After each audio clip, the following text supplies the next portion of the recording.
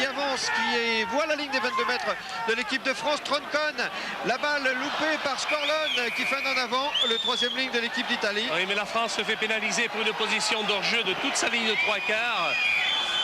Alors qu'il y a un petit accrochage là sur ce regroupement, un accrochage avec Bordone. Stefano Bordone, le 3/4 centre italien. N'empêche que la pénalité était l'avantage des Italiens. 25 mètres, 28 mètres face au poteau français.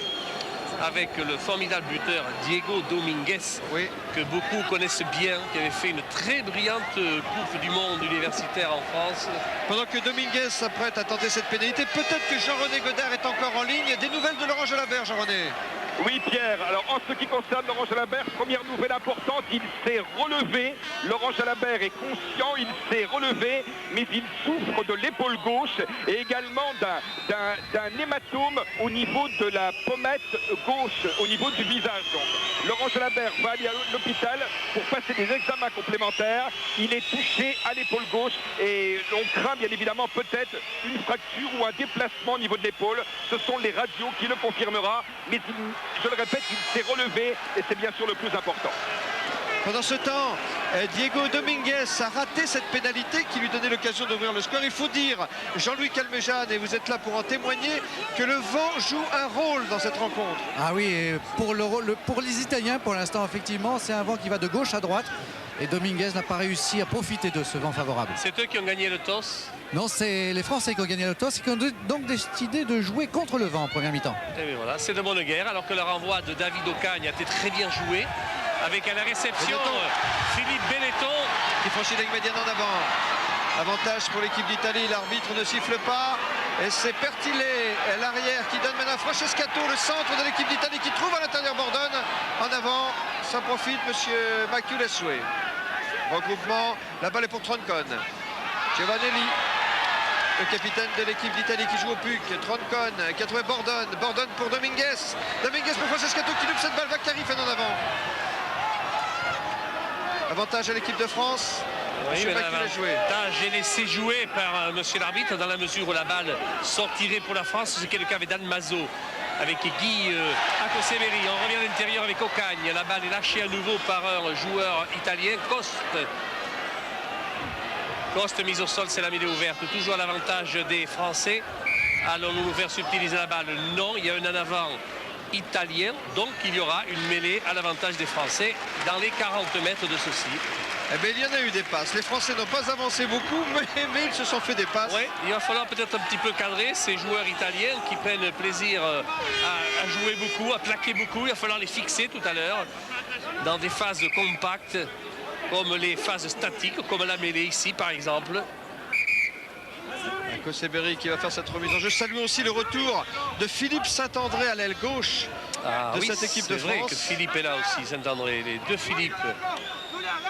Pelouse pour Saint-André justement, tiens, qui vient de reprendre Dominguez et toute la troisième ligne italienne sur le rable. Ako pour Ocagne. Retour avec les avants. Il y aura un pondu cette balle pour Akoseberi. Delegue a été pris. Récupération du ballon par l'Italie. Francescato. Francescato. Oh, il va marquer l'essai du seul, Francescato. Et l'équipe d'Italie qui ouvre le score sur cet essai de Francescato. Oh, personne ne pouvait l'arrêter à Francescato. C'est vrai que sur la récupération de balle, nous nous trouvions avec deux défenseurs devant 4 attaquants italiens. Ça, c'est une faute grave de placement défensif. Et ils en ont profité, les Italiens, par leur centre Francescato.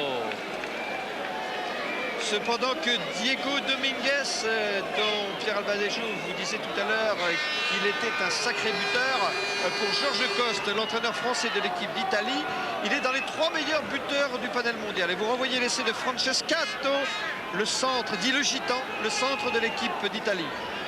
Diego Dominguez, qui a d'abord été Pumas pour l'équipe d'Argentine. Il a fait 2 tournées en Nouvelle-Zélande et en France, mais il n'a pas joué de test. Qui s'est installé en Italie, qui a pris la nationalité italienne et qui est le buteur de cette équipe d'Italie. Oui, c'est normal cet essai parce que vous l'avez vu depuis le début du match, ils ont toujours joué dans nos 30 mètres, les Italiens. Ils ont été bons dans les récupérations de balles, ils ont même amélioré des ballons, ils les ont bien libérés. Et là, nous avons fait une faute grave de placement qui a permis justement à Francescato de faire une percée formidable. Et ici, la transformation est réussie. Réussi par Dominguez. Pierre. Oui, Jean-Louis. Oui, Jean-Claude Scrella est venu dire à ses hommes, écoutez, jouez dans l'axe parce que si vous écartez les ballons, les trois quarts, et notamment les trois quarts italiens, sont toujours hors jeu. Alors pour l'instant, jouez dans l'axe. Espérons que la consigne a été reçue.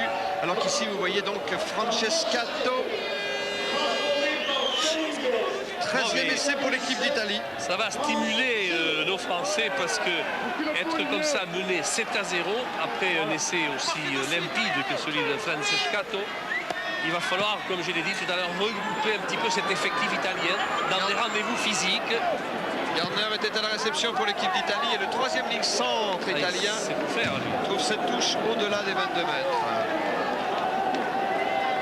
Julian Gardner, qui a porté 4 fois le maillot de l'équipe d'Australie avant d'être naturalisé italien. C'est une belle référence. Bon plan derrière pelouse. Une belle référence pour Gardner, alors que c'est Marc Dalmaso qui va faire la remise en jeu en touche. Dalmaso d'origine italienne, comme les Spanghero, Sella, Dubroca et compagnie. Et Dalmaso de Brescia. Et tant d'autres. Mais qui joue pour l'équipe de France, car il est bien français, notre marque à nous. Allez. Olivier Merle a détourné. Akoseberi sous la pression de Croci. Un gros pressing défensif des Italiens qui vont peut-être récupérer la balle. Voilà, Troncon. Il y a une pénalité dans l'air. Alors que nous étions en formation de mêlée ouverte, eh bien les Italiens sont venus faire un petit peu le ménage dans notre pack et se sont fait sanctionner. Là, nous jouons contre le vent. On a intérêt à jouer en touche pour bénéficier tout à l'heure de la remise en jeu. C'est ce que fait David Ocagne. Il ne faut pas qu'il soit trop gourmand. Oh, très bon coup de pied, pas très haut. C'est bien joué contre le vent. Sur la ligne des 22 mètres de l'équipe d'Italie. Cette touche trouvée par David Ocagne, demi d'ouverture de l'équipe de France et de la section paloise. Encore une occasion pour peut-être Olivier Merle, mais il faudrait mieux qu'il contrôle le ballon à deux mains plutôt que de dévier. Parce que les avants italiens ont tendance à s'infiltrer, c'est de bonne guerre, s'infiltrer dans l'alignement français après que la balle ait été jouée. Vous avez vu Olivier Merle, il revient sur cette pelouse de Lesdiguières où il a souvent joué. Voilà. Les couleurs de Grenoble, il a pris la balle à deux mains. Là voilà la balle à deux mains. Et voilà le Moll qui progresse, qui est venu dans les 20 mètres, 15 mètres italiens et on libère avec Dalmaso, mise au sol. Bien plaqué. Plaquage, hein. Oui, c'est beau, mon joli plaquage. La balle pour Akoseberi. Akoseberi pour Ocagne. Bondoui. Et maintenant, c'est Sadourny, l'arrière de l'équipe de France, qui emmène avec lui tout le pack français à 10 mètres de la ligne de l'équipe d'Italie. Eh bien, la mêlée sera l'avantage des Français, ce qui est normal. Et voyez, dans ce jeu physique, ce jeu groupé, ce jeu d'avant, eh bien, il faut savoir utiliser ses armes fortes actuellement. Le pack français, certainement, qu'il est plus physique, il est plus fort que le pack italien. Et c'est normal qu'à ce niveau, on les châtie, alors que Olivier Merle fait la loi en touche, comme vous venez de le voir. Akoseberi, retour à l'intérieur, il a trouvé Fabien Pelous. Tourner, c'est de Rougemont là qui est plaqué. Allez, c'est toujours les avants qui en font leur affaire de cette balle. Là, c'est en stagnation, attention. L'arbitre pourrait siffler s'il n'y a pas progression du Moll. Mise au sol, c'est la mêlée ouverte. Toujours l'avantage des Français. Ocagne, Saint-André. Oui, Saint-André comme un petit taureau furieux qui n'est plus qu'à 1 mètre de la ligne. Oh, la mêlée, elle va être à l'avantage des Français, contrairement au Moll. Quand vous avez un Moll dont la balle ne sort pas, eh bien la balle est toujours donnée à l'équipe qui n'était pas porteur du ballon. Et en mêlée ouverte, c'est le contraire. Lorsqu'il y a une mêlée ouverte au sol, eh bien, on rend la balle à celui qui a occasionné la mêlée ouverte, dans la mesure où elle fait une action de progression. 7-0 pour l'équipe d'Italie après 10 minutes de jeu ici à Grenoble. Et elle est bonne cette mêlée, Pierre. Regardez la poussée. Regardez la poussée collective. C'est de bonne guerre. Non. Il va faire parce qu'elle a tourné la mêlée. Oui, elle a tourné. Oui, il faut qu'elle reste parallèle. Il n'a pas à manifester le troisième ligne. Là-bas, c'est pas le troisième ligne. D'ailleurs, c'est Kutita. Il y a un accrochage entre Massimo Kutita, capitaine de l'équipe d'Italie qui avait gagné en Irlande, et Tourner. On va refaire la mêlée. Si jamais on met la même bourrade, on va se trouver derrière les lignes de but.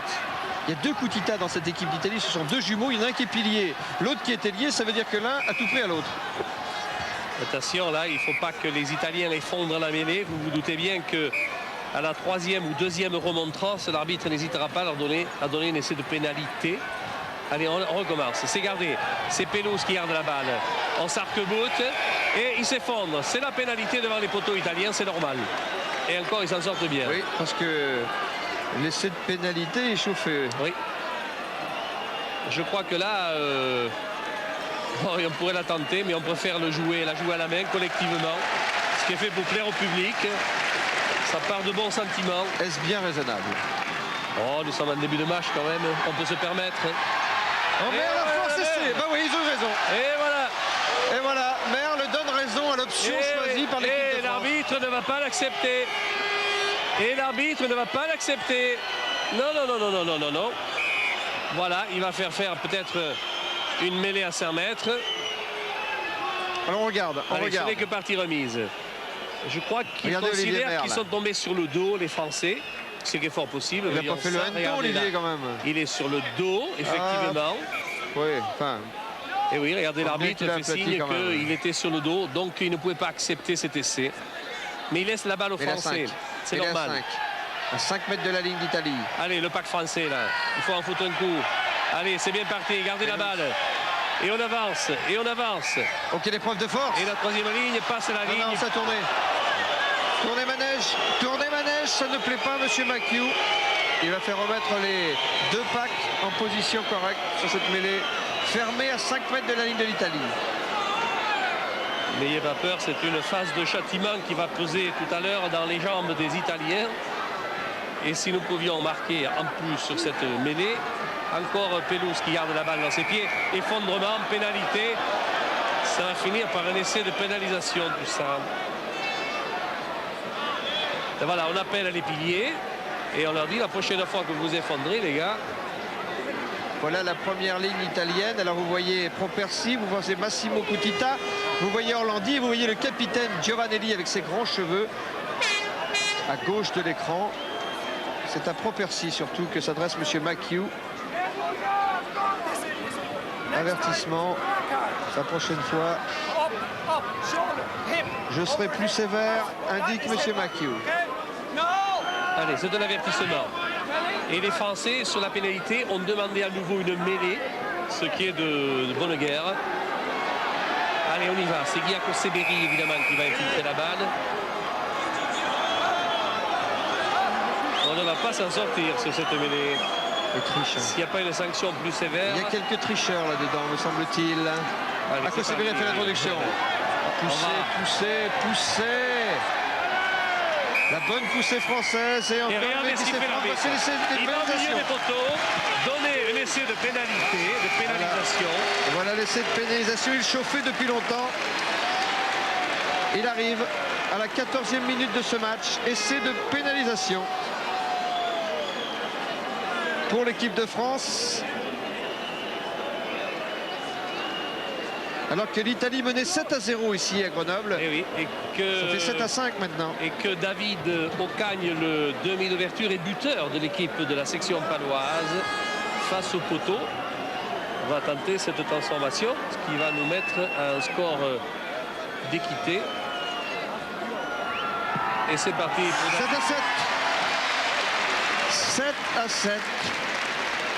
La domination territoriale des Français, le bras de fer engagé par l'équipe de France a payé. Voilà donc les deux équipes à égalité 7-7.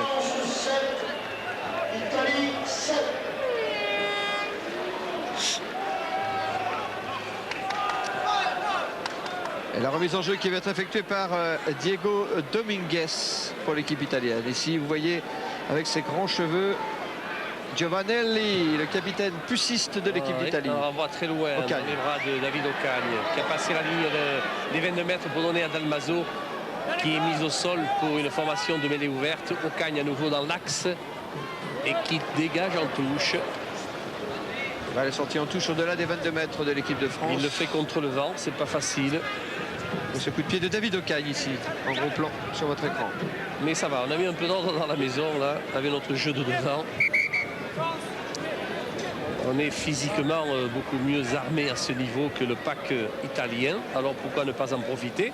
Et après, nous allons avoir de belles envolées sûrement. Remise en jeu Orlandi pour l'équipe d'Italie. Détourné par Crocci. Hors-jeu, là, Philippe. Non, c'était Tournaire. Franck Tourner, Oui. pris par M. Makieu Franck Tourner, pour hors-jeu. Par contre, là, c'est de bonne guerre qu'il tente la pénalité parce qu'il a le vent favorable. Il ne l'aura pas tout à l'heure, le jeune Diego Dominguez. Oui, qui avait marqué pour l'Italie grâce à ses coups de pied et un essai par-dessus le marché. Les 22 points de la victoire irlandaise à Dublin. Et là, Pierre, il a complètement le vent dans l'axe parce qu'il est légèrement gauche-droite. Donc Ouais. le vent dans le dos et dans l'axe. Sa moyenne en match international, c'est 12 points à Diego Dominguez.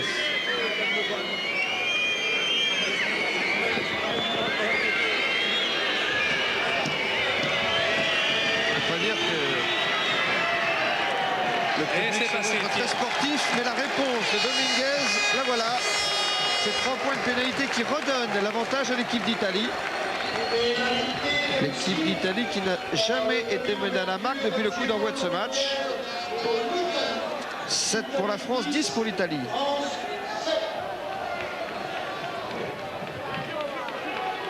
Mais c'est pas laissé impressionner Dominguez. Non, pas du tout. Le renvoi de David Ocagne est très loin dans les 22 mètres de l'Italie. Avec Vaccari. un dégagement de Vaccari dans les bras de Fabien Pelouse qui donne directement à Sadoni. Retour sur Rougier. Rougier plaqué. Sadoni, ça devrait donner quelque chose. Mise au sol, il a sauvé le ballon, c'est bien l'essentiel. Ocagne a passé. Ocagne a Baudouin qui essaie de passer à l'aile, il a été gêné par Vaccari. Récupération Pertile pour l'équipe d'Italie. Et l'arrière italien met le pied en touche. Pertile, l'arrière italien d'origine argentine et qui n'a jamais été sélectionné pour les Pumas. Oh, que le coup de pied de David Ocagne était bien donné.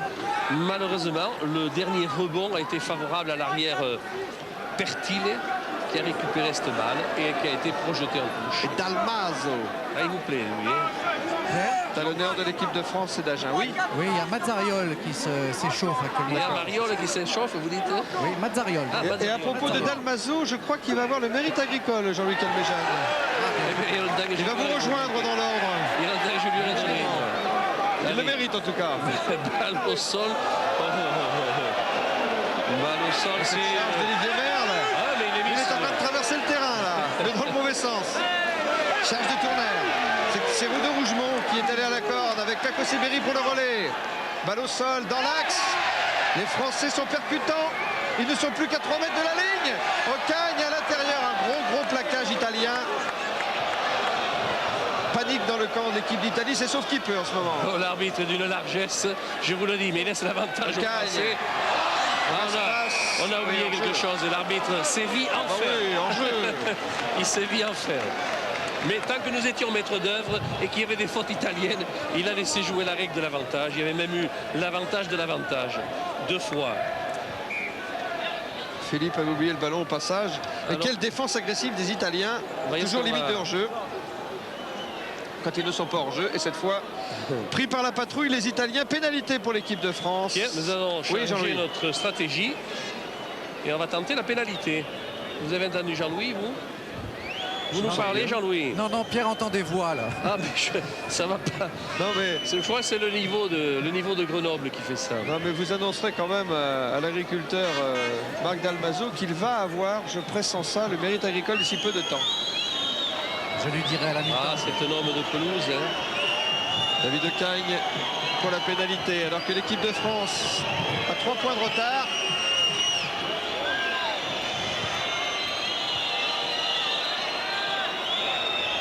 Et on siffle les buteurs, même à Grenoble. 10 pour Les buteurs l'Italie, français, 7 pour la France. c'est un comble. C'est la 19e minute du match. Et voilà, Ocagne met les deux équipes à égalité, 10 à 10.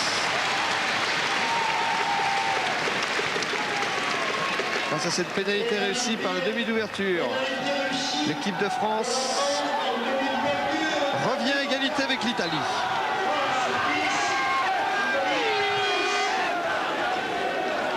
10-10 » après 20 minutes de jeu dans cette première mi-temps du match France-Italie ici à Grenoble.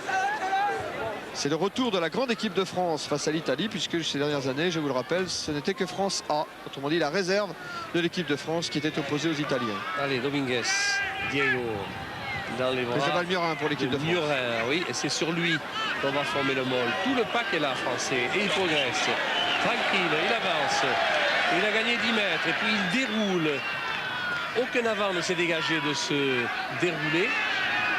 si ce n'est Dalmaso, mais la balle a été récupérée par les Italiens. Dominguez.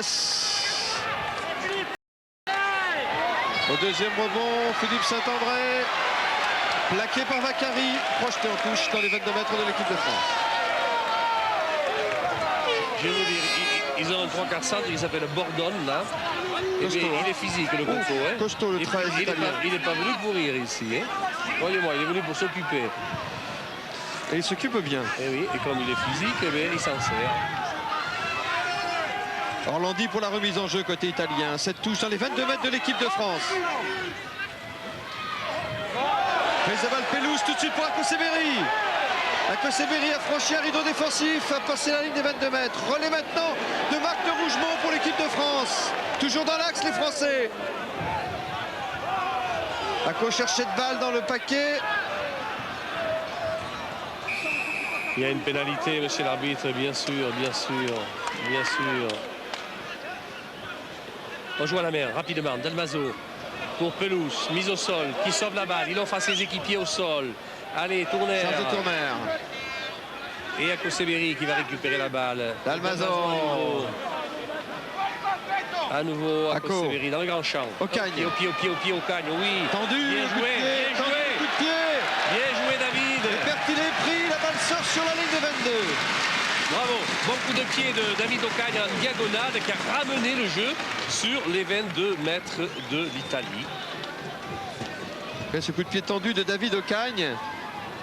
Cette belle diagonale, comme vous dites, là. Il maîtrise bien le vent, David Ocagne. Personne qui donne souvent les coups de pied avec la tête, ce que j'aime bien. Bah tiens. Ici, c'est Cristofoletto. Et derrière, c'est Crocci, le plus grand dans l'alignement italien. Sous la pression, les Italiens. Ballon récupéré par Benetton pour l'équipe de France et récupéré à nouveau par Giovanelli pour l'Italie.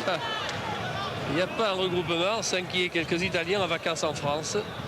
Ils sont pas loin. Ils viennent dans notre camp, là, tranquille. Aussi Giovanelli, le capitaine italien. Giovanni, il est désespéré. Oui. Mais il prend un avertissement. Je ne vous comprends pas, monsieur l'arbitre. Par messieurs Macchio. Giovanelli, qui porte les couleurs du PUC depuis cette année, cher au président Krotov. Pierre? Oui. Oui, Mazzariol risque de rentrer à la place de Francescato. Ah, qu'est-ce qu'il a, Francescato? Et voici Mazzariol, tiens. Il a dû se claquer en marquant l'essai, peut-être. Qui est un buteur aussi. Oui, c'est l'autre buteur de l'équipe d'Italie. Ils se sont entraînés hier ici à Lisdiguière avec Dominguez. Ah oui, Francescato qui s'en va. Oui, c'est le troisième de la famille Francescato à porter le maillot bleu de la Squadra Azzurra. C'est vraiment une famille de rugbymen comme les Spanghero. Les Francescato, c'est le troisième donc joueur de l'équipe d'Italie à porter, de la famille à porter ce maillot de l'équipe d'Italie. Francescato qui a marqué l'essai italien en début de match et qui est bien triste de devoir quitter ses coéquipiers si vite. Et oui, il a marqué un formidable essai en tout début de match. Alors que l'occasion est donnée. Et oui, est donné ici à David Ocagne de faire passer la France devant au score. 100% de réussite jusqu'à présent, David Ocagne. Contre le vent, faut-il le rappeler. Et il a bien tapé. Et voilà, 100% toujours. Et pour la première fois depuis le coup d'envoi, à la 24e minute de ce match, l'équipe de France prend l'avantage au score grâce à cette pénalité réussie par David Ocagne. France 13, Italie 10. Pierre? Oui, Jean-Louis. Oui, Francescato est touché au mollet gauche. Ah. Apparemment, il ne peut pas vraiment faire marcher. Touché au moral aussi, je crois. Hein. Et encore peut-être plus au moral. Hugues Murin en premier plan. Allez, le renvoi a été donné dans les bras d'Ako. Avec ici Stéphane Ougier en position de relanceur. Il a offert la balle à un de ses avants qui avait le regroupement qui s'est créé sur lui, a pu faire le molle, une progression mise au sol. Le jeu au pied de Akoseberi dans les bras. Pertilet. Et Pertilet qui a bien pris la balle. Pertilet qui a été plaqué à la réception de ce ballon. Par qui? Par Philippe Benetton, dont nous saluons effectivement le retour, lui qui a été injustement écarté de la saison internationale à cause de la bêtise d'un joueur en championnat. En l'occurrence, Netel Mbos, le joueur de Périgueux, qui n'a même pas été sanctionné par ses dirigeants.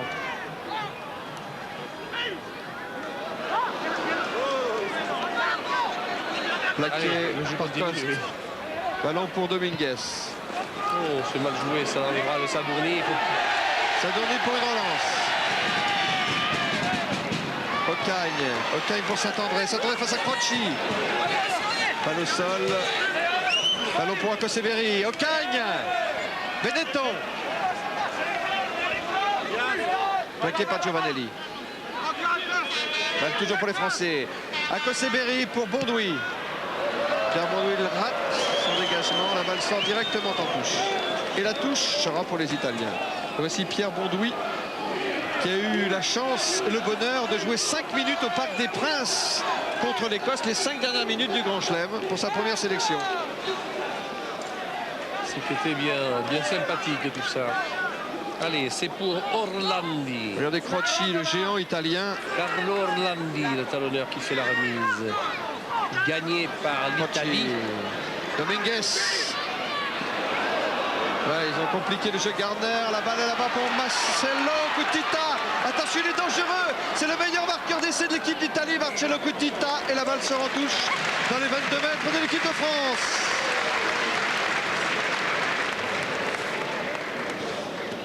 Et ce vent, regardez le drapeau du juge de touche, il est violent le vent, Jean-Louis. La puissance de Marcello Cutita. Il peut décorner les bœufs. Je ne vous fais pas dire. Il y en a, vous en avez vu? Orlandi pour la remise en jeu à la touche. Dans les 22 mètres de l'équipe de France. Voilà, c'est un fouille. 30 tonnes sous la pression. Et intervention de M. McHugh. Rocci, le numéro 5, deuxième ligne d'Italie, il n'a pas pu contrôler la balle. Il a même fait un en avant. Donc on va donner l'avantage de l'introduction de la balle à mêlée à Guy Akoseberi. Classique dans l'axe. Le pied gauche. C'est Yann Delec, dont on salue aussi le retour. Yann Delec, 9 sélections en équipe de France. Il avait disparu ces derniers temps, le centre ou demi d'ouverture de Toulon, et il revient.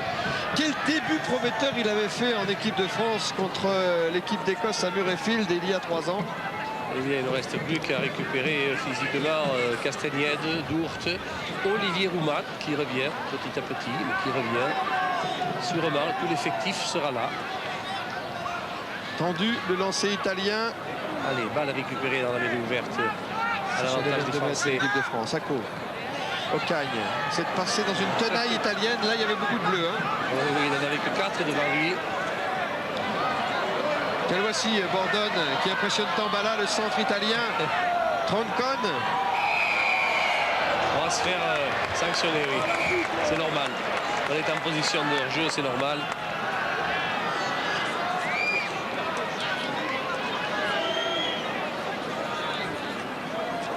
Sur la ligne des 22 mètres, c'est, je dirais pas une formalité pour Diego Dominguez, mais c'est une bonne opportunité pour égaliser à nouveau.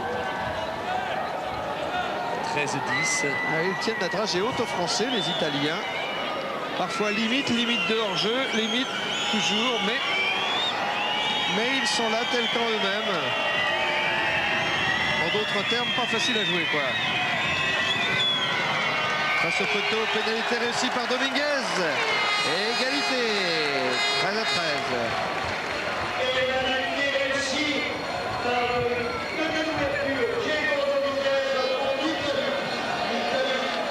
Ah oui, alors qu'il y a bientôt une demi-heure que l'on joue à cette première mi-temps. C'est fait, ben là, voilà, le temps passe vite. Et que Georges Coste vient d'hurler des ordres à Troncon, son demi de mêlée.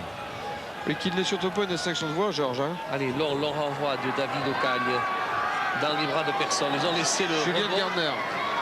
Garner, il est pris là. Oui, l'Italien, il est pris, oui. À 5 mètres de sa ligne. Reste à savoir qui aura l'avantage de la balle. C'est les Italiens, normalement. Troncon, de demi-mêlée dans les bras de Pelous qui remet en jeu pour Sadourny. Sadourny, il y avait Pelous. Il a été gourmand, Jean-Luc, plaqué par Sgorlon.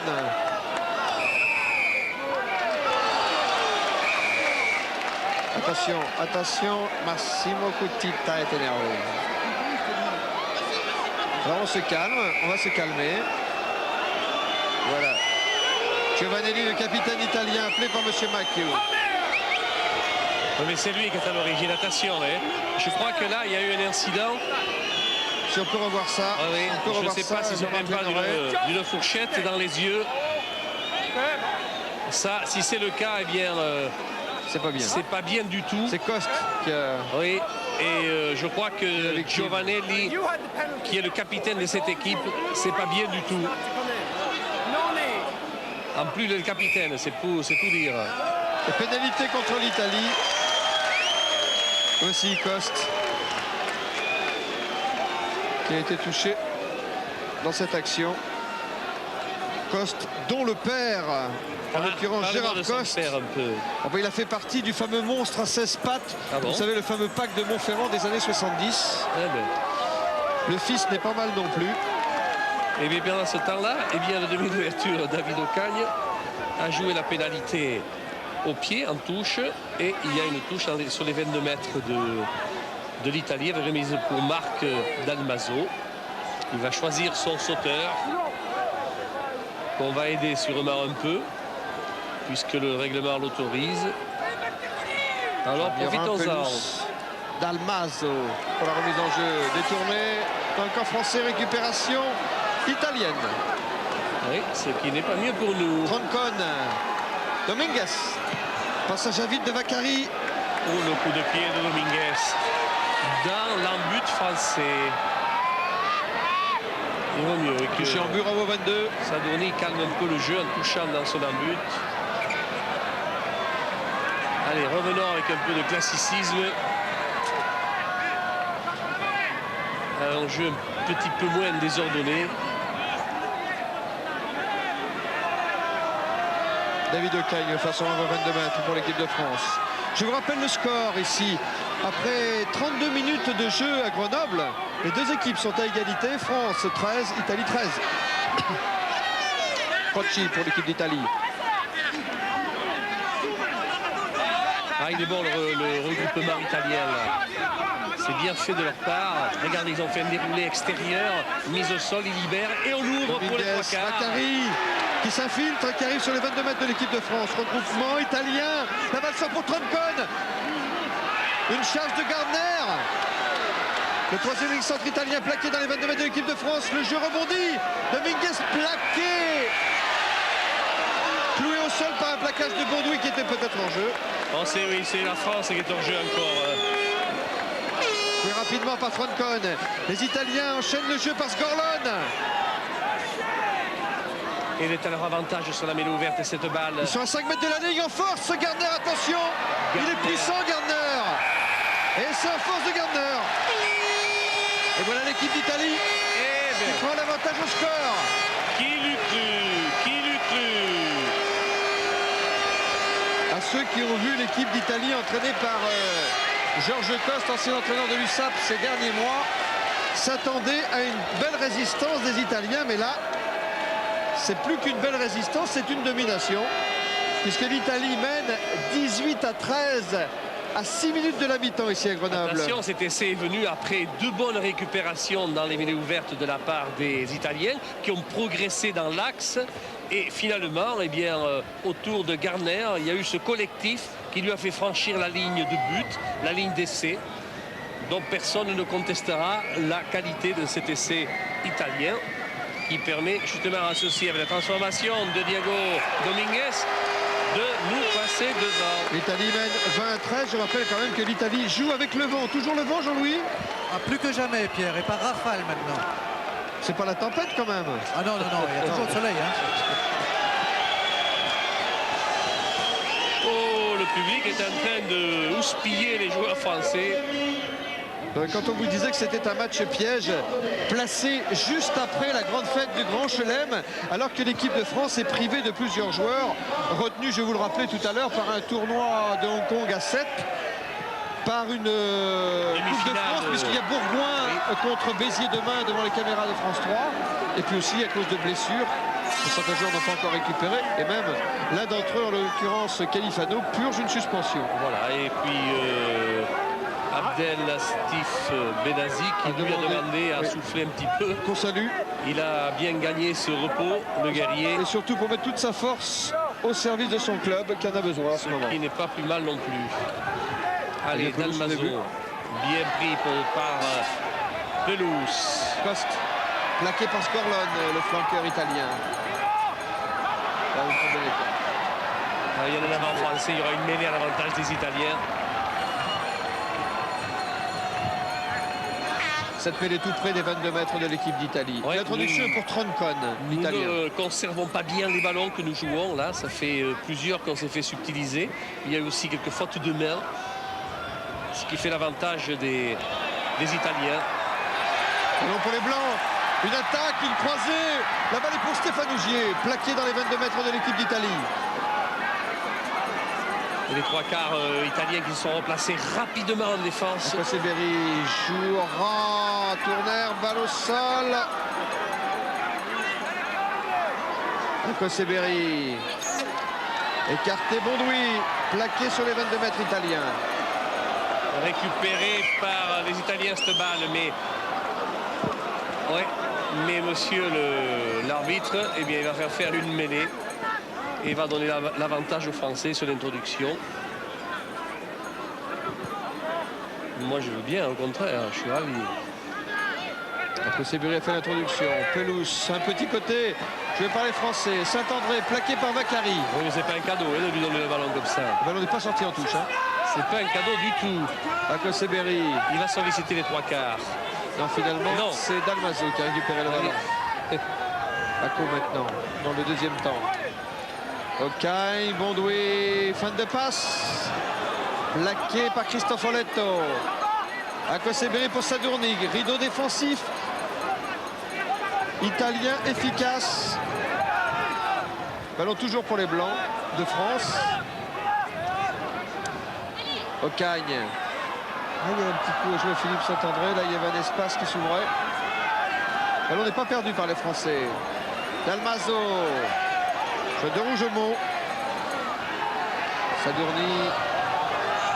Français essaie de créer le désordre dans la défense italienne. Merle à la force de Merle tout de suite. Hein. Ça avance d'un mètre ou deux.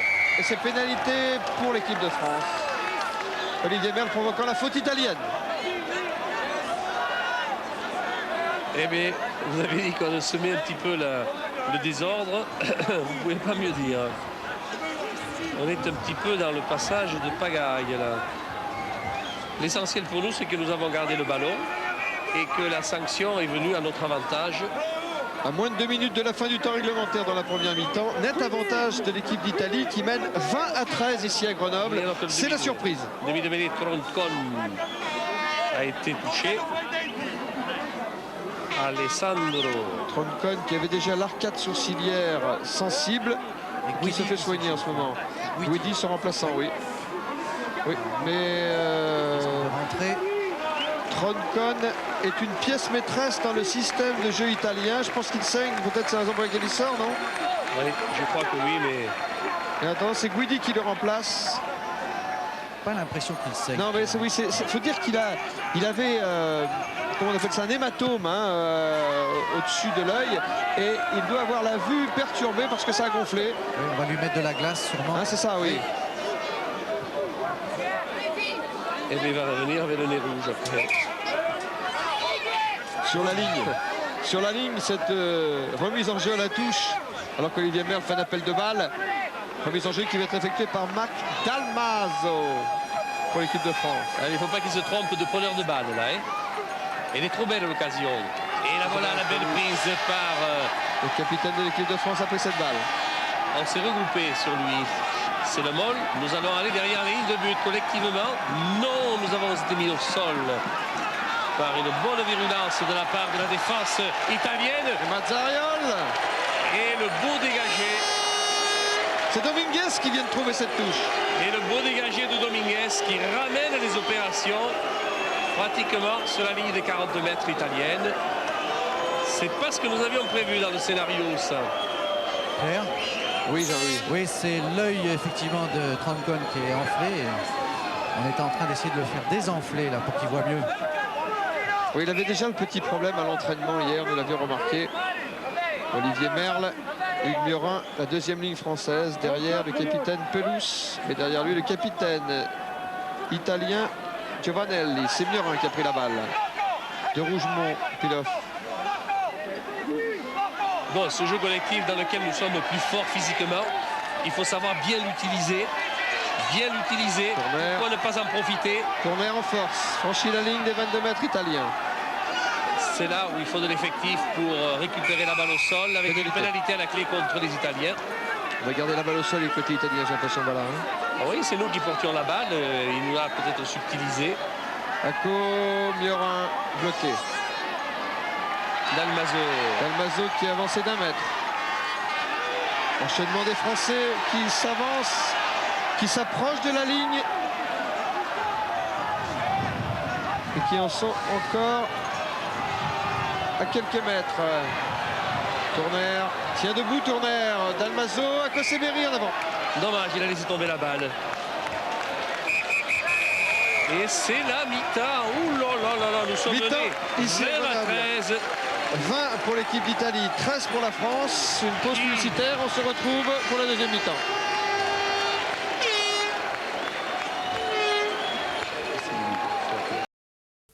Et avant de revenir à Grenoble, un petit crochet par Paris pour vous donner des nouvelles de Laurent Jalabert. On était un petit peu inquiet au moment de ce sprint quelque peu dramatique de ce Milan-San Remo. Vous voyez Laurent Jalabert juste après la chute. Alors finalement, il a donné lui-même des nouvelles rassurantes. Je ne pense pas avoir quelque chose de cassé, a dit le Français.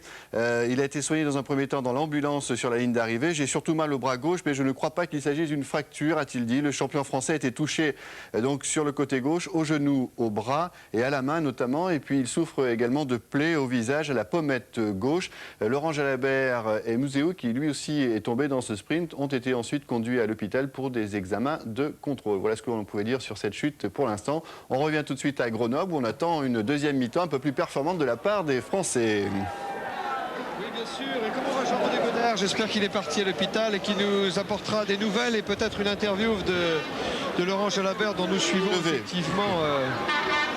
effectivement le calvaire en ce samedi après-midi de Milan-San Remo. Ici, ça ne va pas mieux non plus pour l'équipe de France qui est malmenée par une équipe italienne ambitieuse qui mène au score 20 à 13 mais qui va devoir lutter contre le vent avec Jean-Claude Scrella. Il y a Jean-Luc Almejane. Oui, Jean-Claude, je vous ai entendu assez serein avec les joueurs et vous avez demandé notamment de réduire les touches à 4 pour mettre du surnombre dans la ligne d'attaque. Oui, bien sûr, le rideau défensif des Italiens est très très fort. On ne libère pas suffisamment la balle assez vite au sol et ça fait qu'il renforce la défense. Donc il faut essayer de mettre des joueurs en plus derrière, ne pas se laisser consommer par la transformation du jeu. Aller chez eux, il y a du vent, il est important. Aller chez eux et continuer à jouer, essayer de jouer, continuer comme on l'a fait. Merci. Eh bien jouons, voilà, c'est parti pour la deuxième mi-temps. On ne s'en prive pas, David Ocagne, l'Italien là-bas. Vaccari. Et il a laissé rebondir la balle. Eh bien dis donc, heureusement que ça a été à son avantage alors que la récupération par Akoseberi. Puis c'est Sadourny qui remonte le ballon à l'intérieur avec Pelouse. Plaqué. Mise au sol, il offre la balle à ses équipiers. Ça va, le jeu va pouvoir continuer. C'est le cas avec Ogier qui glisse. Il est tombé tout seul. Troncon. Oui, le vent peut-être. Troncon a récupéré et a repris sa place. Et oui, mais dans ce regroupement, on ne fait pas la loi. Là, on s'est bien ressaisi, ça va un peu mieux. On a effondré le môle. Que va dire l'arbitre? Il va donner la balle aux Français pour la mêlée qui suivra. Tourner dans le camp de l'équipe d'Italie. Alors qu'un vent frisqué maintenant souffle sur cette pelouse du stade de Lesdiguières. Pierre, vous avez signalé que Troncon est revenu en jeu et que Guidi continue à s'échauffer. Hein. Oui, Guidi, demi-mêlée remplaçant de l'équipe d'Italie au cas où. C'est Akoseberi pour l'équipe de France qui fait l'introduction. Oui, l'autre demi-mêlée Akoseberi. Ocagne, à hauteur, qui donne ici à Pelouse. Suite, il a manqué la balle, Philippe Saint-André. Récupération Mondouille pour l'équipe de France. Non, il y en a un avant français qui ne profite pas aux Italiens, donc l'arbitre siffle une mêlée à leur avantage. Normal, le voilà. 7 points d'avance pour les Italiens. Mais les tournes avant l'introduction, attention. Troncon, qui est sans doute capitaine de l'équipe d'Italie dans les années qui viennent. C'est un grand espoir pour l'Italie. Le demi de mêlée ici, Troncon, que vous voyez. Et trouve à la réception de son coup de pied Jean-Luc Sadourny. Oui, qui a dosé son coup de pied admirablement bien. Car il lui fallait taper un coup de pied indirect en touche. Avec l'avantage du vent, il a bien fait. Avec son talent. Puisqu'il nous a ramené sur la ligne des 22 mètres italienne. Jean-Luc Sadourny vient donc de trouver cette touche sur les 22 mètres italiens pour l'équipe de France. Alors c'est là, dans l'alignement en touche, qu'il va falloir qu'on s'impose, qu'on fasse la loi, parce qu'il va nous falloir des munitions maintenant. Remise en jeu. Et non, et la balle est à l'avantage de Cristoforetto. Troncon pour Dominguez. Malgré Arnaud Coste. Le vent à nouveau dans les bras de Sadourny. Oui. Coup de pied qui essaie de tromper Pertile. Et Sadourny trouve la touche côté tribune officielle, près de la ligne des 22 mètres de l'équipe d'Italie. Voilà la belle détente ici Crocci. de Crocci, oui. 1m98, le plus grand dans l'alignement italien cet après-midi. C'est peut-être en deuxième ligne d'ailleurs que l'équipe d'Italie a un point faible d'après son entraîneur, alors que l'équipe de France avec Olivier Merle a une assurance tout risque à ce niveau-là. Et voici Olivier Merle, récupération de Rougemont pour l'équipe de France en pilote. Akoseberi, Ocagne. Une chandelle de récupération. Il faut y aller sur cette balle. Dans les 22 mètres de l'équipe d'Italie. Orlandi sous la pression, il avait sifflé avant. Sur la réception de balle défensive, il y a eu un en avant. Il y aura donc une mêlée avec une balle pour les Italiens. Qu'est-ce que vous avez vu? J'ai l'impression que sur ces balles-là, il nous manque un Philippe Sella. Ou alors, c'est là où les Australiens sont très bons avec notamment Little et Oran sur ces ballons en chandelle de récupération. Gardner, l'Australien de l'équipe d'Italie. Ah, il est puissant, Gardner. Hein, il a bien libéré la balle pour ses trois quarts avec toujours le gaillard, la Bourdonne. Et grand coup de pied de Dominguez, mais avec le vent contre, ça change. Tout de même, il va trouver la touche sur la ligne médiane. Non. Plaqué par Marcelo Cutita, Stéphane Ougier. Défense très agressive des Italiens qui s'accrochent à l'espoir d'une victoire. Ils mènent 20-13, je vous le rappelle. Après 4 minutes dans la deuxième mi-temps ici à Grenoble. Ah, il est bien pris dans les règles de l'art par Marcelo Cutita, le frère de Massimo Cutita. C'est assez bizarre. Un pilier, un ailier qui soit frère. Et jumeaux. Oh, la détente. Voilà. Et jumeaux de Crocci. Troncon pour Dominguez. Mais il joue, regardez ça. Gardner en position de 3 quarts centre. Il joue la balle quand même. Regardez, c'est bon. Mazzariol toujours. Mazzariol qui slalom dans la défense avec un plaquage un peu haut des Français. Le jeu continue, la balle est pour Pertile, plaqué. Toujours pour les Italiens ce ballon.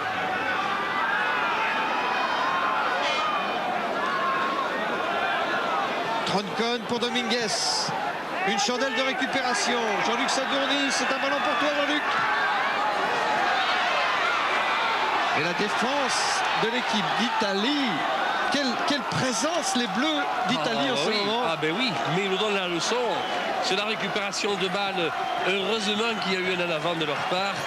Ce qui va nous donner une mêlée avec introduction à Akoseberi pour nous dégager de cette emprise, parce que ça fait 5 ou 6 minutes qu'il y a une emprise du jeu par les Italiens dans l'axe ici avec le pied gauche.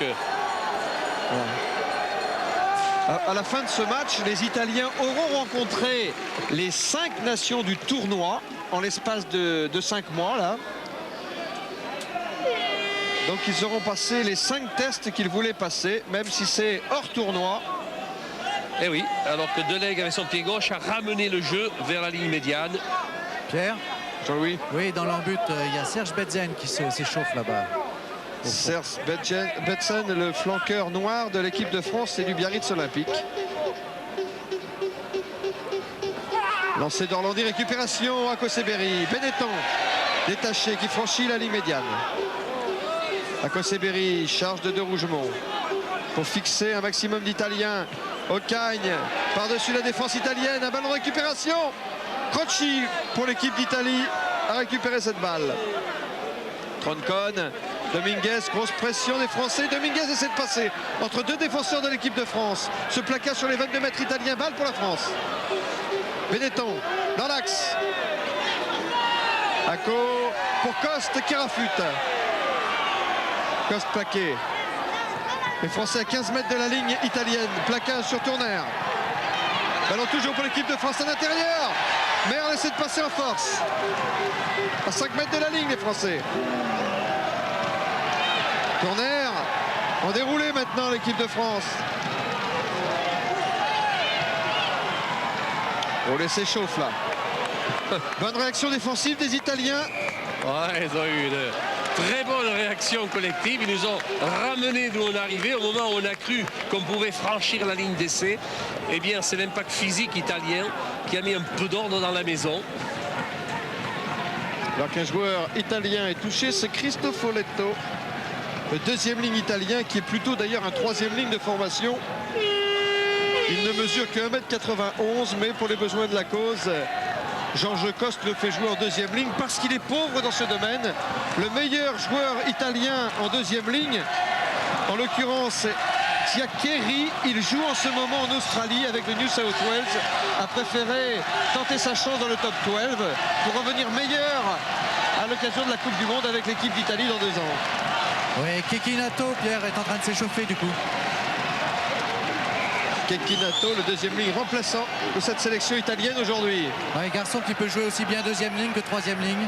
C'est un peu le polyvalent du pack. Alors que Cristoforetto est en train de reprendre sa place, le jeu va pouvoir reprendre aussi. C'est une mêlée qu'ont demandé les Français. Une mêlée à 5 mètres à peine des buts italiens. Allez, on va faire appel au collectif, là, une fois encore. Allez, introduction Giacomo Severi, sortie de la balle, gardée dans les pieds de Pelous. Et là, on progresse dans l'axe, mais la mêlée s'est effondrée. L'arbitre va encore prévenir la première ligne italienne que s'ils n'ont pas eu assez de laisser de pénalité, il pourrait en avoir un second. Réintroduction d'Giacomo Severi. L'équipe d'Italie mène 20-13 après 9 minutes de jeu dans cette deuxième mi-temps. Repoussé du pack français qui ne progresse pas d'ailleurs. Réeffondrement de la mêlée italienne. C'est un scénario qu'on a vu trop souvent au cours de ce match. Introduction à Koseberi, à 5 mètres de la ligne de l'équipe d'Italie. Et oui, mais on ne les fait pas bouger beaucoup. On les fait pas bouger beaucoup. Du côté de Massimo Cutita, là, la mêlée s'est affaissée. Ce qui est inquiétant, c'est qu'ils ont gardé des ressources, les Italiens. Le pack italien a gardé des ressources. Il n'a pas été suffisamment châtié. Allez, la mêlée à l'avantage des Français. Allez, Pelous garde la balle. Charge de Pelous. Vaccari a bloqué. Acco pour Coste.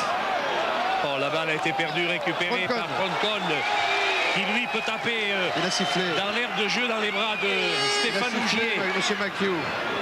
Il a sifflé, voilà, monsieur Macchio. Et oui, c'est vrai, monsieur Macchio, après tout, c'est son droit. Hein. Il l'a pris d'ailleurs. Ouais, c'est bizarre d'ailleurs parce que il est bien en avant. Roncon a eu l'occasion de bénéficier justement de cet avant pour jouer au pied, mais l'avantage n'a pas été assez substantiel et c'est pour ça que l'arbitre fait refaire une mêlée classique avec introduction même Troncon. Sortie pour l'Italie. Dominguez sous la pression. Là, nous restons 22 mètres. Ouais, campé dans les 15 mètres de l'Italie, c'est pas mal, mais on ne conclut pas beaucoup. Nous avons toujours 7 points de retard, c'est-à-dire la valeur d'un essai transformé. Mais le vent est favorable à l'équipe de France et il souffle toujours.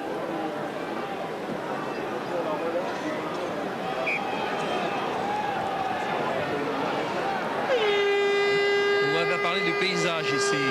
Superbe, superbe dans cet écrin de Sauclière avec en face de nous, dommage, vous ne pouvez pas le voir, mais il y a la Chartreuse, il y a le Vercors. Et il y a la percée d'Akoseberi. Et il y a Costa et il y a l'essai. Et voilà. Et il y a Bondoui. Bravo Bondoui. Pour terminer l'action et marquer cet essai de l'équipe de France. Qui revient à 2 points de l'équipe d'Italie.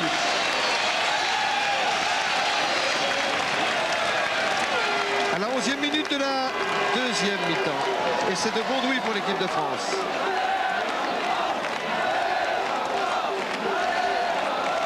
France 18, Italie 20. Tentative de transformation. David Ocagne. 100% de réussite si ça passe. Égalité entre les deux équipes. Allez, c'est passé. Et là qui est fait 20-20. 20-20, vent favorable pour l'équipe de France. Et il reste 28 minutes à jouer.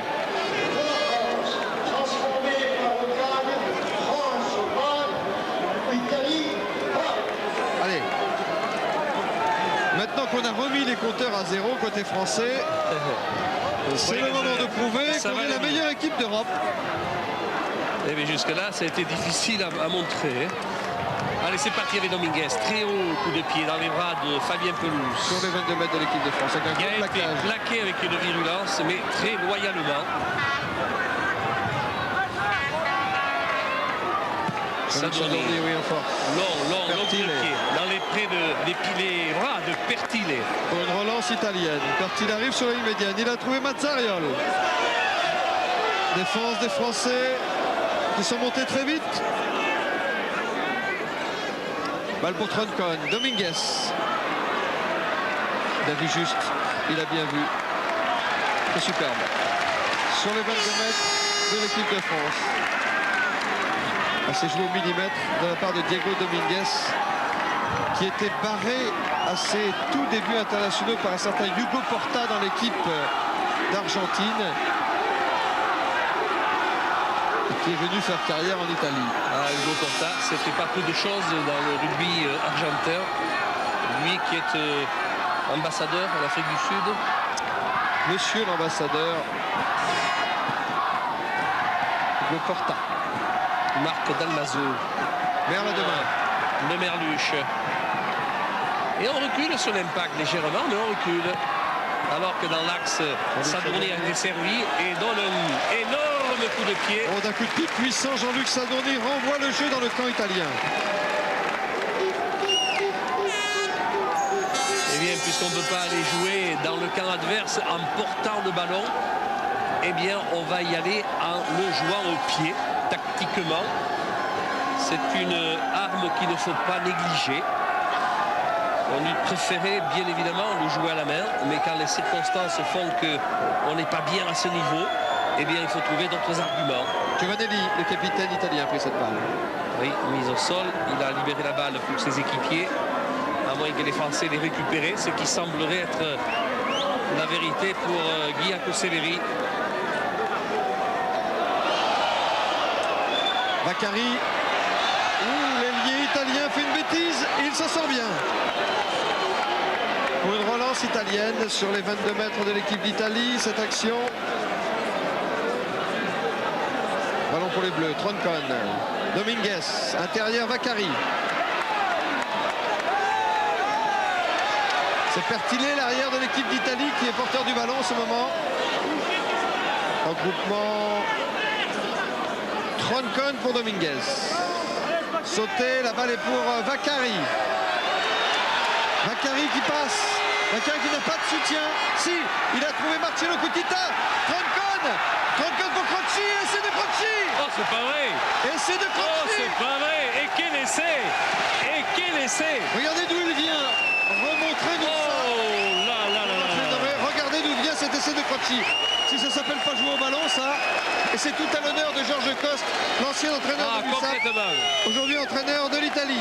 Complètement, alors que c'est parti d'abord sur Cutita, qui après a pu donner la balle à son demi Troncon, qui lui a trouvé à l'intérieur Croci. Alors qu'au départ, à l'origine, on a trouvé une action de Pertile qui est venu aussi porter le ballon.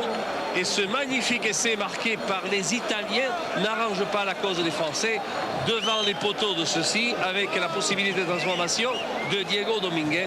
Les Français qui n'ont jamais mené au score depuis le début de cette rencontre. 2 fois, ils ont réussi à égaliser. Mais chaque fois, l'Italie reprend l'avantage. Ils ne vont pas nous faire le coup, hein. Les Écossais, les Irlandais en savent quelque chose. Oui, et le petit Diego Dominguez ne laisse pas passer l'occasion de la transformation. 27 pour l'Argentine, pour l'Italie et 20 pour la France. Maintenant, il va falloir se cracher dans les mains, messieurs les Français. Pierre, Oui, Jean-Louis. oui, je suis avec Georges Coste là. Qu'est-ce que vous voulez dire à vos joueurs? Non, je dis d'être beaucoup plus vigilant sur la conquête parce que je trouve qu'on perd un peu trop de ballon. Et je pense que si nous avions réussi au niveau de la conquête comme nous devions le faire, on serait encore peut-être un peu plus performant. Alors bon, j'ai essayé de galvaniser les joueurs et de les concentrer, de les recentrer sur la possession du ballon. Bertillet, les Italiens continuent de jouer. Les Italiens continuent de mettre le feu sur la pelouse de Lesdiguières. Et vous savez comment ils jouent les Italiens? Eh bien, ils jouent comme les Français ont joué il y a 8 jours. Allez, retour sur Stéphane Ogier. Il est pris, plaqué, mis au sol. Il offre la balle à ses équipiers. C'est Akoseberi qui va la jouer la balle maintenant. Pour Ocagne, au pied par-dessus la défense adverse. Cristobal Vaccari pour l'équipe d'Italie, arrêt de volée accordé par M. Macchio. Oh là là, quel mage emballé. Ils maîtrisent les Italiens. Non, non, mais ils jouent contre le vent. Ils maîtrisent, ils jouent contre le vent, ils font circuler la balle, ils sont adroits, ils ont de l'ambition. Ils sont d'excellents défenseurs, ça nous le savions. S'ils voulaient prouver qu'ils avaient leur place dans le voilà. Oui, justement, il reste celui que tout Biarritz attend. Serge Betsen qui risque de rentrer à la place de Arnaud Coste. Oui, formé dans la région parisienne, Georges Betsen. Serge, comme Blanco, Serge Blanco, Serge Betsen. Serge Betsen, oui. Allez, comme Serge Blanco, son président. Ça y est, c'est fait. Il est en train de rentrer à la place de Coste. Arnaud Coste.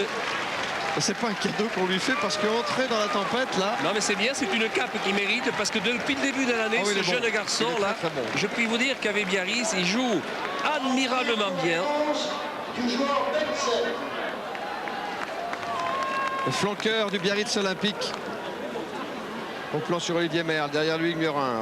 Remise en jeu effectuée par Dalmaso, c'est Murin qui a pris la balle. Oui. C'est Murin, regardez, on s'est bien formé là dans le regroupement. Allez, on progresse, mais on est poussé un peu latéralement vers la touche. Et là, on a redressé la poussée du côté des Français. Il faut dégager la balle maintenant. Et voilà, on a dégagé un élément beaucoup mieux que la balle. Et c'est un avortement encore. Pierre touche. Oui, Jean-Louis. Oui, avec Arnaud Coste. Arnaud, une équipe d'Italie qui donne du fil à retordre à votre équipe, hein, l'équipe de France. Oui, mais on était prévenus. Parce qu'ils ont fait une très bonne Coupe du Monde, un très bon match en Irlande. Ils ont failli battre les Écossais chez eux.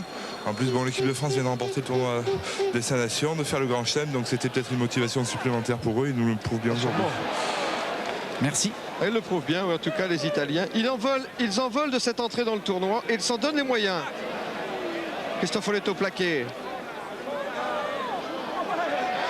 Orlon au sol. Troncon pour Dominguez. Dominguez pour Bordone. Bordone pour Pertillet. Plaqué sur la ligne médiane. Plaqué par Serge Betsen qui vient d'entrer à la place d'Arnaud Coste. L'équipe de France est menée 20-27. Nous atteignons la mi-temps de cette deuxième mi-temps. Et oui, sur ce regroupement, l'arbitre a donné la balle aux Italiens. Ils étaient porteurs du ballon sur le regroupement qui s'est créé. C'est normal qu'il aurait donné le ballon. Charge de Julian Garner avec la troisième ligne italienne. C'est Sgorlon qui est plaqué par Betsen. Récupération du ballon par Troncon, de demi-mêlée italien qui avance de 2 mètres. Dominguez maintenant. Dominguez joué très rapidement.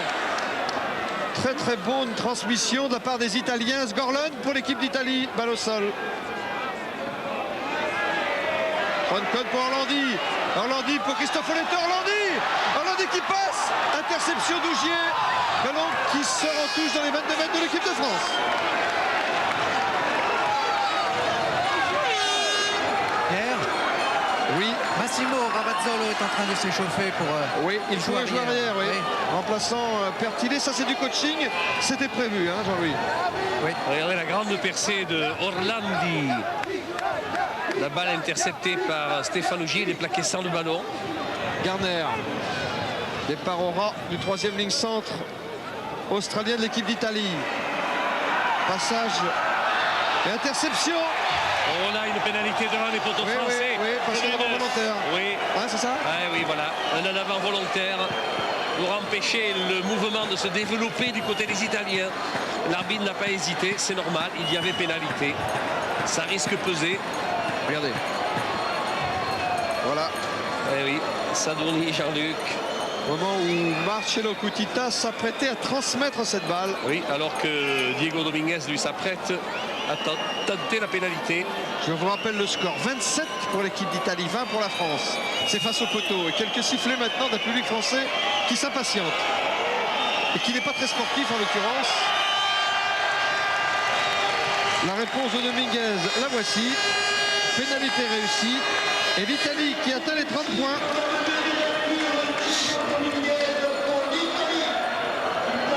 Points d'avance pour les Italiens. 10 points d'avance, ça commence à devenir sérieux. Il va falloir déclencher le plan sec, voilà. Je ne sais pas ce qu'il va falloir déclencher, mais... Vous savez que l'entraîneur de Milan, c'est Jean Priot. Oui. On voit la patte des entraîneurs français quand même dans ce rugby italien. Mais attention, le rugby pratiqué par les Italiens aujourd'hui est de très grande qualité et ils sont à la porte de rentrer dans le concert peut-être du tournoi des 6 nations. Pourquoi pas? Enfin, leur jeu toujours le mérite bien. En fait, il existe le tournoi des 6 nations.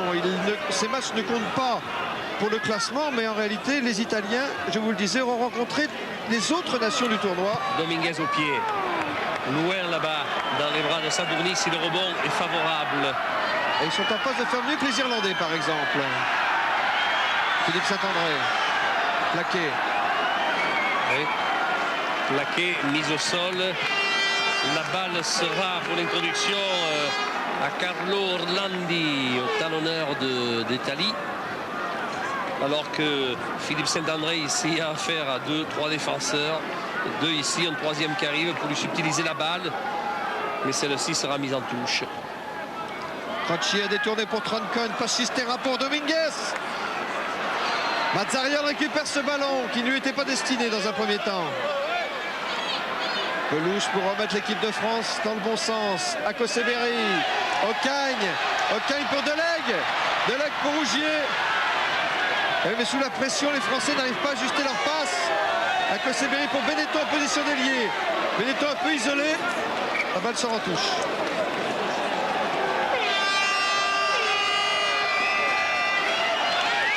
Qui sont inquiets, nos techniciens, qui sont inquiets.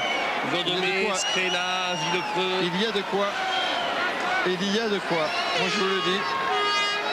Oh, on s'envoie pour se défaire des griffes de ces Italiens. Parce que malgré le vent défavorable, cette équipe d'Italie joue très bien. Des fois, remarquez, on joue mieux que contre le vent. C'est vrai, ça. C'est bien vrai, ça. Mais ça n'a pas été le cas pour nous contre le vent. Détourné par Gardner, le ballon. Encore en touche. Dominguez. Ougier. Joué. Il a essayé de la jouer vite, mais la défense italienne était aux aguets. Dominguez ici, le buteur de l'équipe d'Italie. Héros de la victoire à Dublin le 4 janvier dernier. Ils ont rencontré aussi les Australiens en début de saison internationale cette année, les Italiens. L'année dernière, ils avaient rencontré les Sud-Africains. Ocagne. Mauvaise transmission, Betsen récupère la balle. Provoque un regroupement. Sur cette action, les Français ont pas eu 5 mètres. Philippe Saint-André. Oui, qui a été plaqué, qui a lâché la balle à l'avantage des Italiens. C'est eux qui ont la maîtrise du ballon. Longue passe là-bas avec le terrible Bordone. Garner qui s'est fait subtiliser la balle par Betsen. Yann Delegue qui prolonge. Non mais l'arbitre a sifflé un en avant français. Il y aura sûrement une mêlée sur les 40 mètres français avec avantage de l'introduction pour l'Italie. Ce qui n'est pas fait pour nous arranger. Nous avons 10 points de retard et il reste 15 minutes à jouer. Quand on vous disait que c'était le match piège en introduction de ce reportage, nous y sommes dans la NAS. Et nous y sommes bien. Oh, aïe, aïe. Car pour l'instant, nous récitons un brouillon de rugby. On est mal parti. Troncon avec cette arcade toujours très enflée. Il bouche en partie la vue. Allez, Troncon, la balle est pour lui, on aurait deviné. Dominguez retrouve ses avant, Gardner en force. Troncon renverse. Dominguez. Jean-Luc Sadourny le premier sur cette balle pour l'équipe de France. Et Jean-Luc Sadourny laisse la balle dans l'air de jeu pour Pertillet. Pertillet qui a remonté les ballons. Là, il a été contré par Akoseberi et par Jean-Luc Sadourny. Balle mise au sol, pénalité contre la France. Proposition d'hors-jeu sur le regroupement créé par l'arrière Pertillet. attention, cette pénalité. 38 mètres des poteaux français. Contre le vent, c'est vrai. Le voilà Pertil, et vous le voyez au sol ici. Alors qu'il y a des Français qui sont passés au-delà. 1, 2, 3, il y a là le 15, il y avait aussi le 2. Et le buteur de l'équipe d'Italie, c'est Diego Dominguez. Oh là, il joue gros. Si jamais, ça fait de mieux. Ouais, si jamais il marque là, les enfants, 33 à 20. Le chante cadure.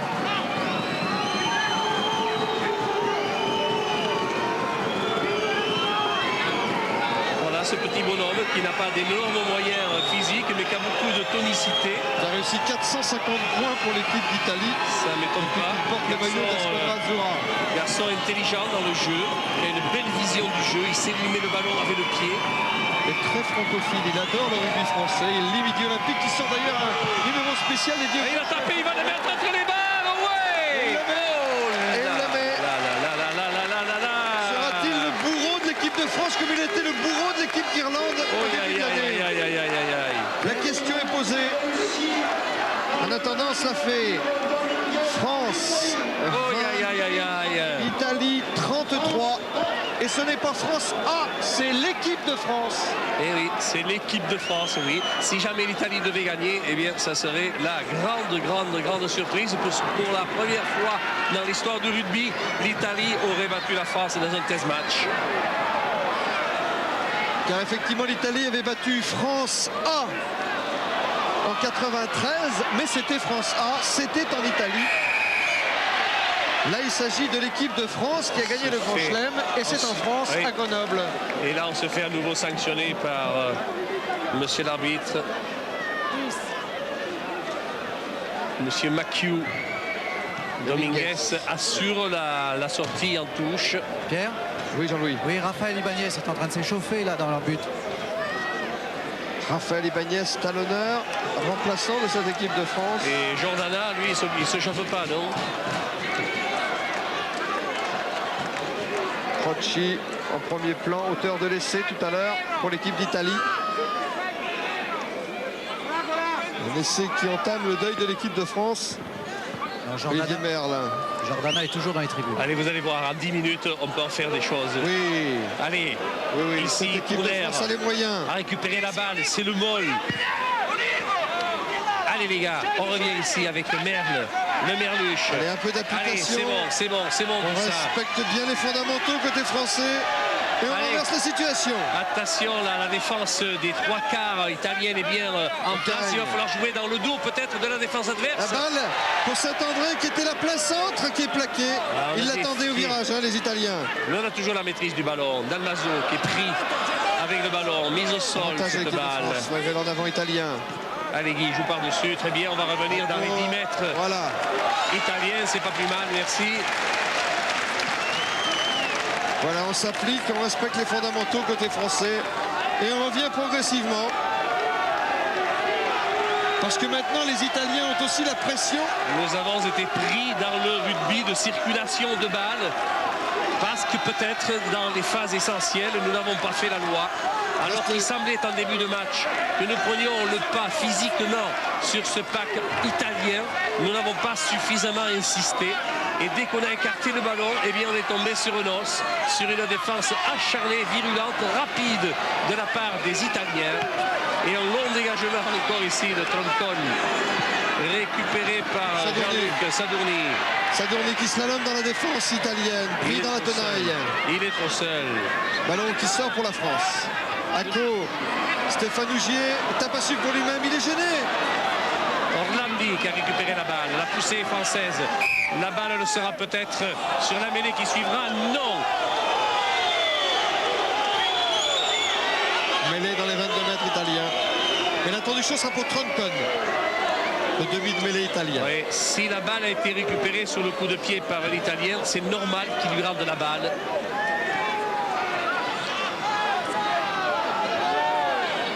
Troncone pour Dominguez. Ah, il se régale Dominguez. Hein. Allez, Philippe là-bas. Fais-nous des gris-gris là. Allez. Philippe Saint-André croisé avec Stéphane Ougier qui essaie de percer plein champ, regroupement. Pénalité pour la France. Pénalité pour la France, on va la jouer sûrement rapidement. C'est tout ce qu'il nous reste à faire avec Dalmazo. Dalmazo. Là, il y a eu un choc là-bas avec... Pertile récupère cette balle. Et celui-là, vous voyez qu'il n'est pas ambitieux. Pertile, regardez ça. Regardez ça. Pertile toujours. Avec Massimo Cutita maintenant pour l'équipe d'Italie. Qui met la balle dans le camp. Qui le concerne. Et le jeu peut continuer. Attention. Macari qui a fait Mazzariol. Mazzariol qui tape à suivre. En défense, il y a Jean-Luc Sadourny. Mazzariol toujours. Ballon pour finalement Sadourny. Sadourny chassé par 3 Italiens. Yann Deleg en couverture. Deleg loin ce devant. match, Garner est là. Garner est à réception. C'est lui qui va lancer le coup maintenant. Garner, il va la percussion sûrement. Droit devant lui. On ne le plaque pas, on le caresse. On le laisse passer. On va le laisser marquer. C'est pas possible. Mais c'est pas vrai. C'est un triomphe. Et puis c'est logique, c'est normal. Il ne faudra s'en prendre à personne qu'à nous-mêmes. Oh là là là là là là. Oh, bravo de nous Atis. Le 4e essai italien. Alors qu'on voit ici le formidable numéro 8, Julian Garner, qui aurait été extraordinaire. On l'a caressé au passage un petit peu. On l'a laissé progresser dans l'axe. Ah, il a assuré cette balle à Macari. Macari qui est allé marquer au milieu des poteaux. Ce qui va donner l'occasion à nouveau à Diego Dominguez de transformer l'essai. C'est un 4e essai italien comme contre l'Irlande à Lansdowne. Je vous dis que le jeu italien a ressemblé au jeu français il y a 8 jours. Mais alors vraiment, ils nous ont regardé jouer, ils nous ont copié et ils le font bien ces cocos là. Le public de Grenoble qui crie remboursé. Allez, Diego Dominguez, 2 points de plus dans la besace. En voiture, la couture, 40 à 20. Mon Dieu, qui lui dit, qui le crut. Et quand vous savez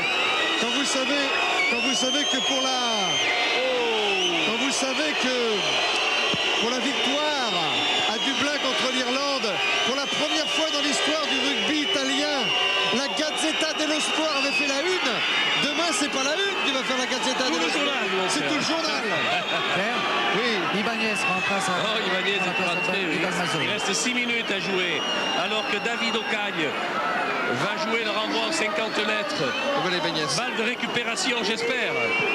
Voilà, la balle a fait 10 mètres, on peut la jouer. Allez, Guy Koseberi avec Ocagne qui a essayé de percer là-bas, qui a retrouvé ses avants. Encore Guy Koseberi au pied, par-dessus. Oui, mais au point de chute, c'est là qu'il faut du monde. Betsen est là. L'arrière de Rome et de l'équipe d'Italie. Bien plaqué, Betsen. Oui, il faut protéger l'arrière, ce que rappelle M. Macchio. Il a fait un match, ce Pertile que l'on voit au sol. Ah, il y a un jeu, regardez le geste là, un jeu dangereux. Oui. Il se peut qu'il y ait eu un Français qui ait été plaqué dangereusement, c'est-à-dire à hauteur des épaules. C'est une pénalité qu'on va jouer à la main. Vous voyez le plaquage de Serge Betsen sur Pertile, l'arrière argentin de l'équipe d'Italie. Grâce à cette pénalité, l'équipe de France est dans les 22 mètres de l'équipe d'Italie. Tiens, ça ne vous surprendra pas. C'est Diego Dominguez, le demi d'ouverture argentin de l'équipe d'Italie, qui parle d'ailleurs assez bien le français, qui vient d'être élu talent d'or de ce match. La balle pour Pelouse. Je crois qu'on peut le donner à toute l'équipe d'Italie, ce talent d'or, avec une charge de De Rougemont pour sauver l'honneur.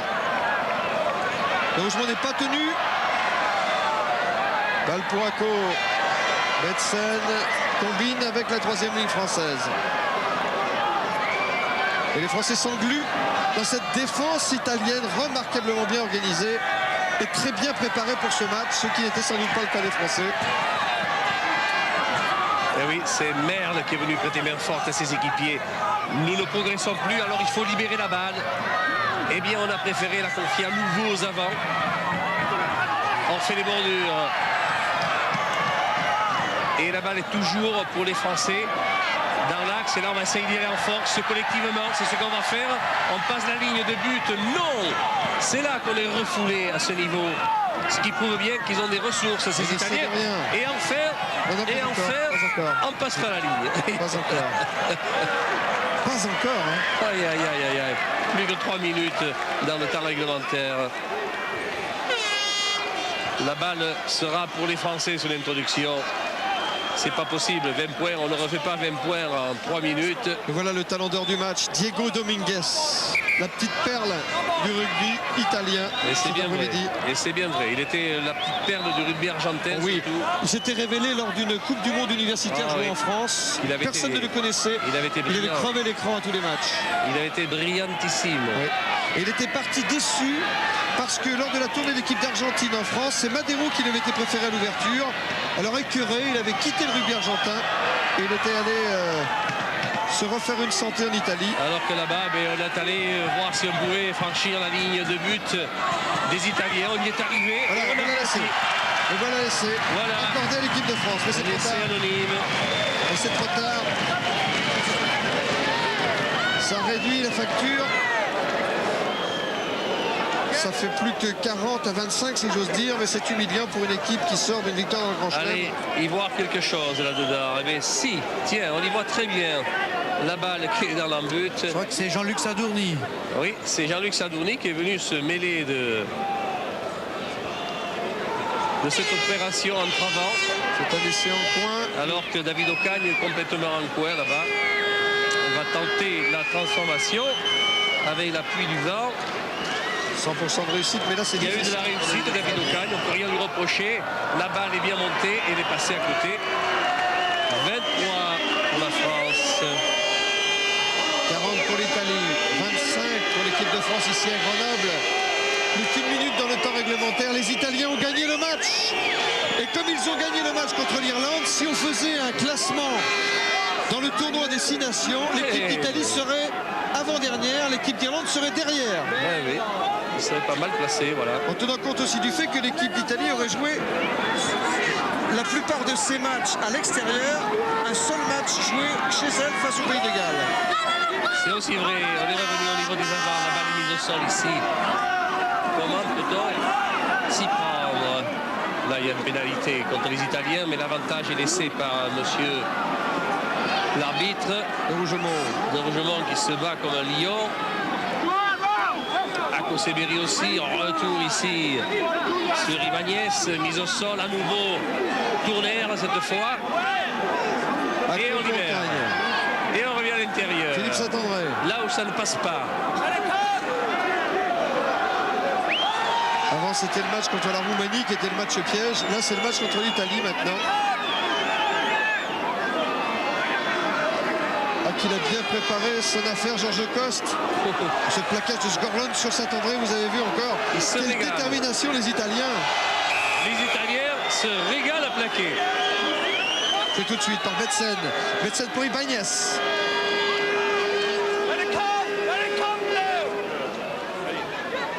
Ballon pour Ocagne. Ogier maintenant. On arrive à y rester là.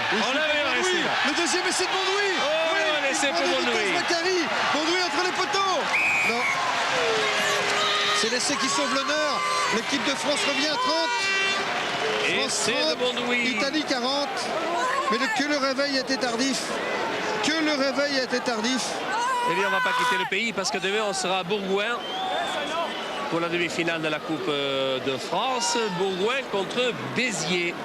Sur France 3. Sur France 3, n'oubliez pas. Pierre. Eh bien Jean-Louis, comment ça va vous? Je ne sais pas, mais je pense que là... Vous vivez ça de très près en bas. Oui, la pelouse va être envahie car tous les petits gamins de Grenoble sont prêts à les féliciter peut-être. Et je vais vous dire que tous les supporters italiens aussi sont prêts à intervenir et ils sont nombreux. On m'a dit que 3 quarts avaient fait le déplacement. David Ocagne en voiture. David Ocagne pour la tentative de transformation. Très, beaucoup de pieds. Et 100% de réussite, David Ocagne, qui réussit donc la transformation. Ça fait 40 à 32. Eh ben, ça atténue un peu la douleur, mais ça suffit pas. France 32, Italie 40. On réclame un ballon. quelle belle page les rugbymen italiens sont en train d'écrire. On cherche un ballon, Pierre, mais il faut dire qu'il y a tellement de monde sur Oui, la... ils ne sont pas pressés de le trouver peut-être. Hein. Il y a un monde le long de la touche et Jean-Louis, vous avez raison de le signaler. Vous allez être débordé au moment où vous allez interviewer Diego Dominguez pour la remise du talon d'or, Jean-Louis. Je ne sais pas si vous allez le rencontrer. Vite aux abris. Hein. On va essayer. Allez, le voilà Diego Dominguez dans sa remise dans les bras. Bien Pelouse, le capitaine malheureux de l'équipe de France. Et on va lancer une grande offensive là-bas. Enfin, on va essayer du moins. Elle a échoué déjà. Elle a déjà échoué. Et voilà, même la balle est sortie pour les Italiens. C'est le Gutita pour l'équipe d'Italie, sur les 22 mètres de l'équipe de France. Oh, la mêlée sera pour les Français. Et c'est la fin du match. C'est la fin, victoire. Et victoire méritée. Victoire méritée de l'équipe d'Italie. Alors, quelle joie chez les Italiens. Hein. Oh, il faut la comprendre. Quel bonheur pour le rugby italien. Ils attendaient depuis plus d'un demi-siècle, depuis 70 ans, ils attendaient ce grand jour. En ratant son match, quel service l'équipe de France vient de rendre à l'équipe d'Italie. Quel service. Est-ce qu'on va pas vivre à la naissance du tournoi Destination, Pierre? En tout cas, ils ont 2 ans pour faire leurs preuves, les Italiens. Dès la première année, ils ont tapé fort.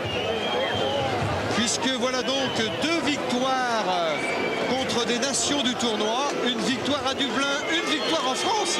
2 victoires à l'extérieur contre des nations du tournoi. Cela démontre les progrès effectués par le rugby italien. Et c'est une occasion, Pierre Albaladejo, de saluer la performance de ce grand technicien qui est Georges Coste, ancien entraîneur de l'USAP et aujourd'hui cadre technique du rugby italien. Absolument, avant lui d'autres Français sont passés aussi dans le rugby italien pour perfectionner, et c'est vrai qu'ils ont joué un match magnifique avec beaucoup de volonté mais aussi avec de la technicité, avec une manière française. C'est quand même ça qui est paradoxal, c'est qu'on a mis un schéma de jeu en place et les Italiens, eh bien, ils s'en sont accaparés et ils l'ont mis en application, et il s'avère qu'ils nous ont outrageusement battus en cet après-midi de rugby. Voilà, on pouvait espérer effectivement une fin, j'allais dire, de série internationale plus heureuse pour une équipe de France diminuée. Diminuée, c'est vrai, par beaucoup d'absences. On a peut-être même commis le péché d'orgueil de laisser partir, par exemple, Magne à un tournée à l'occasion d'un tournoi à 7 à Hong Kong, alors qu'il aurait été plus utile aujourd'hui contre l'Italie. Mais c'est comme ça, ne regrettons rien et soyons sportifs. Rendons hommage à cette équipe d'Italie qui a bien mérité sa victoire contre l'équipe de France cet après-midi à Grenoble. Eh oui, effectivement, quelle surprise, ça valait vraiment une cote. Merci messieurs, puis on a vu en tout cas des points. On n'aura pas entendu Diego Dominguez parce que dans la marée humaine sur la pelouse du stade de Grenoble, c'était pas facile peut-être de le retrouver pour Jean-Louis Calmejane, mais en tout cas c'est lui qui a été le talon d'or. Et c'est madame Marie-Thérèse Ray de Toulouse qui gagne notre concours aujourd'hui. Eh bien c'est avec cette grosse surprise qui fera plaisir à Denis Vivaldini que nous allons fermer ce chapitre rugby. Sport de Troyes. Avec la Société Générale, partenaire officiel du 15 de France.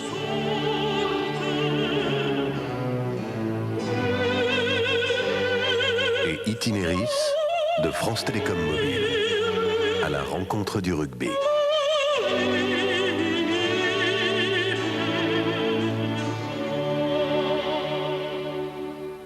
Voilà, si vous n'étiez pas avec nous au début de ce samedi sport, on va revenir sur ce qui s'est passé à l'arrivée de la 88e édition de Milan-San Remo. Cette épreuve a été remportée au sprint. Vous voyez le sprint actuellement par Zabel, Eric Zabel là-bas sur la droite. Mais regardez derrière surtout, il y a des chutes, et notamment une chute spectaculaire entre Museau, le champion du monde, et Laurent Jalabert là-bas derrière en jaune. Ils sont allés taper contre les balustrades et ça allait très très vite évidemment. Vous allez mieux pouvoir suivre cela au ralenti. C'est ces deux coureurs qui se frottent l'un contre l'autre. Jalabert frotte son épaule contre Museau et la chute est évidemment spectaculaire. On a eu peur quand on a vu ces images de Laurent Jalabert allongé sur le sol. C'est lui qui est resté le plus longtemps allongé car les médecins de la course sont tout de suite venus à ses côtés. Siandri était également pris dans cette chute.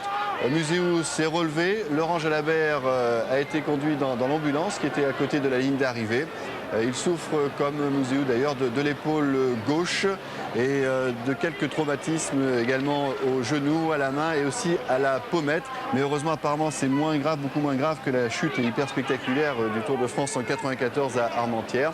Et il semblerait que les deux coureurs soient allés ensuite bien du côté de l'hôpital pour passer quelques examens de précaution. En tout cas, Laurent Jalabert a lui-même donné des nouvelles rassurantes en disant qu'il ne pensait pas avoir quelque chose de cassé, notamment au bras, parce que c'est surtout le bras gauche qui le faisait le plus souffrir. Voilà pour les émotions de l'après-midi. On revivra tout cela avec sans doute plus de détails déjà dans nos éditions du journal de 20h, mais également dans tout le sport que vous retrouvez à 20h35. Et puis demain, Pierre Albaladejo le disait, dans Sport Dimanche avec Michel Drey à partir de 15h, il y aura du rugby avec une demi-finale de la Coupe de France entre Bourgoin et Béziers. Puis il y aura également la Coupe du Monde de cross-country à Turin. Puis bien sûr, le rendez-vous pour faire le point de l'actualité de la semaine, c'est Stade 2 à partir de 17h45. Merci d'être resté en notre compagnie cet après-midi. Maintenant, c'est Urgence. Bonne fin d'après-midi sur France 2.